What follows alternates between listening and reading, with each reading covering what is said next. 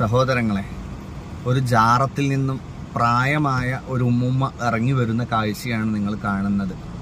സ്വന്തം ഭർത്താവ് മരിച്ചാൽ പോലും അവരുടെ ഖബർ സിയാറത്ത് ചെയ്യാൻ സ്ത്രീകൾക്ക് ഇസ്ലാം അനുവദിക്കുന്നില്ല എന്നിരിക്കെ ഇവരെങ്ങോട്ടാണ് പോയത്, എന്തിനാണ് പോയതെന്ന് നമുക്ക് ചോദിച്ച് മനസ്സിലാക്കാം.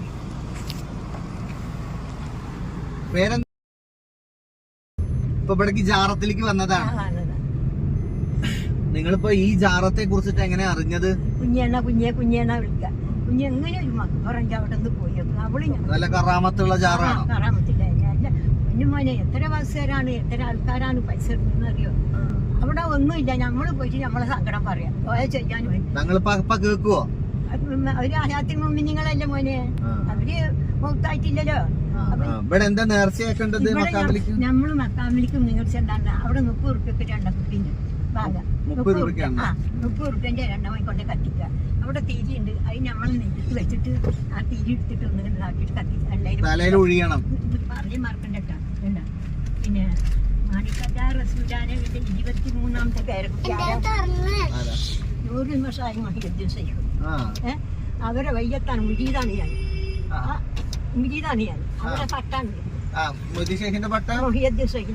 മാണിക്കല്ലാർ എവിടെ ഹൈദരാബാദില്. ഇനിയിപ്പോ പെരുന്നാൾ കഴിഞ്ഞിട്ട് 6-9 അത് കഴിഞ്ഞിട്ട് ഞങ്ങൾ പോകാൻ വേണ്ടി നിൽക്കാം. അവരെ വയ്യത്താണ് ഞങ്ങൾ മുജീദാണ് ഞാൻ. മുരീദുമാരെ ആര് എന്ത് തെറ്റ് ചെയ്താലും നരകത്ത് പോകില്ല പറയണു. എന്ത് തെറ്റ് ചെയ്താലും പോകില്ല. ഈ ശ്വാസം വിടുന്നത് ഈ ശ്വാസം തരുന്നത് ആരാ? പുറത്തേക്ക് പിടിക്കൂ.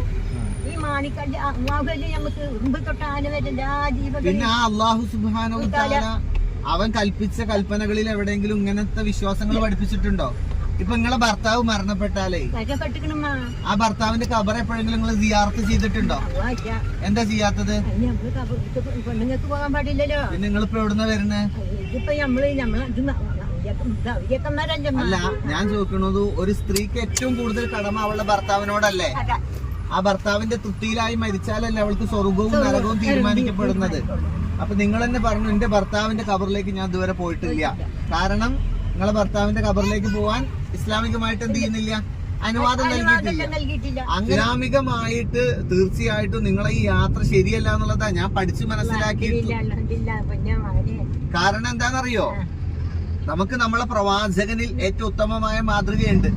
ആ പ്രവാചകൻ മുഹമ്മദ് നബി സല്ലല്ലാഹു അലൈഹി വസല്ലം വഹീന്റെ അടിസ്ഥാനത്തിലാണ് എന്ത് ചെയ്തിട്ടുള്ളത്, ദീന് പൂർത്തിയാക്കി തന്നിട്ടുള്ളത്. ആ ദീനില് സ്ത്രീകൾ മക്ബറ സന്ദർശിക്കരുതേ എന്ന് പറഞ്ഞു കഴിഞ്ഞാൽ, അല്ലെങ്കിൽ സ്ത്രീകൾ ഭർത്താക്കന്മാരുടെ ഖബർ സന്ദർശിക്കാൻ അവർക്ക് അനുമതി നൽകിയിട്ടില്ലെങ്കിൽ നമുക്ക് അന്യപുരുഷന്മാരാ, ഏത് ഔലിയാക്കളായാലും അന്യപുരുഷന്മാരാണല്ലോ, അവരുടെ അടുത്ത് പോണത് ശരിയായ നിലപാടാണോ? ഓരോരോ വിശ്വാസത്തില് ആ വിശ്വാസമല്ല, ഇസ്ലാമിന്റെ വിശ്വാസം ഒന്ന് മാത്രമാണ്. ഇസ്ലാമിന്റെ വിശ്വാസം ഒന്ന് മാത്രമാണ്. ആ വിശ്വാസത്തിൽ ഇത് പഠിപ്പിച്ചിട്ടില്ല. നിങ്ങളെ മൊയ്തീ ഷെയ്ഖിനെ എവിടെ നിന്ന് വിളിച്ചാലും അയാൾ വിളി കേൾക്കും. ഞങ്ങളൊന്നും ഇപ്പൊ വിളിക്കോ? ഇപ്പൊ വിളിക്കാന് നമ്മള് ആ മുറാക്കം എന്നിട്ട് ഈ സാധനങ്ങൾ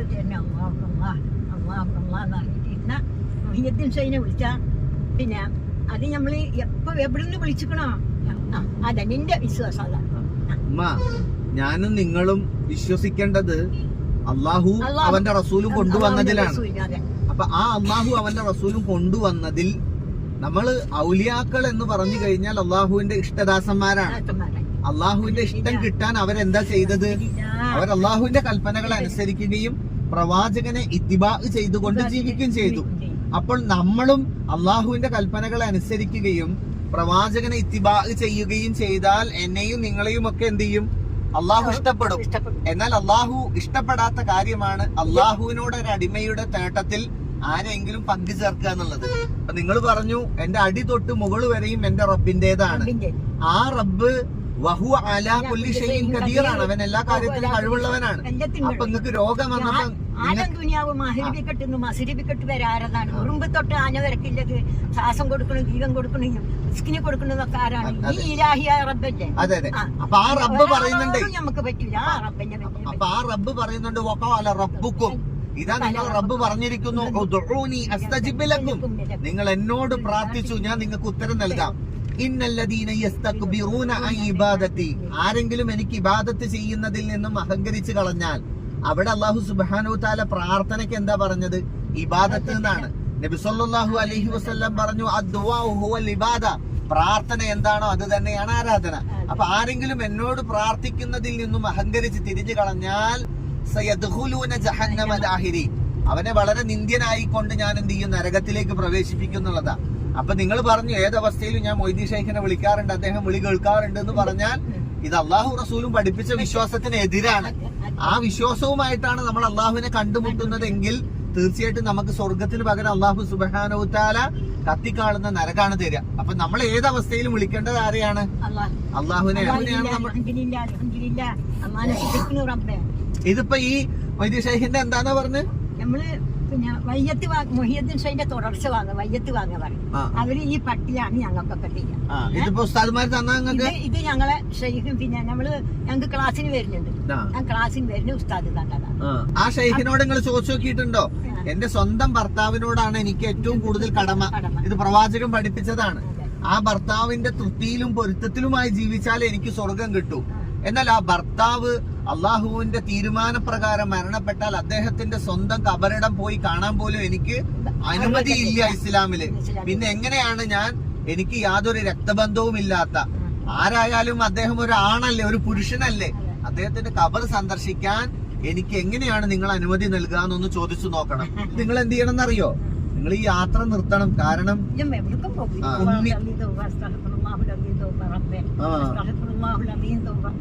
തൗബ ചെയ്തില്ലേ? ഇൻഷാ അല്ലാഹ് ഞാൻ അങ്ങനെ പോവരുത് കേട്ടോ.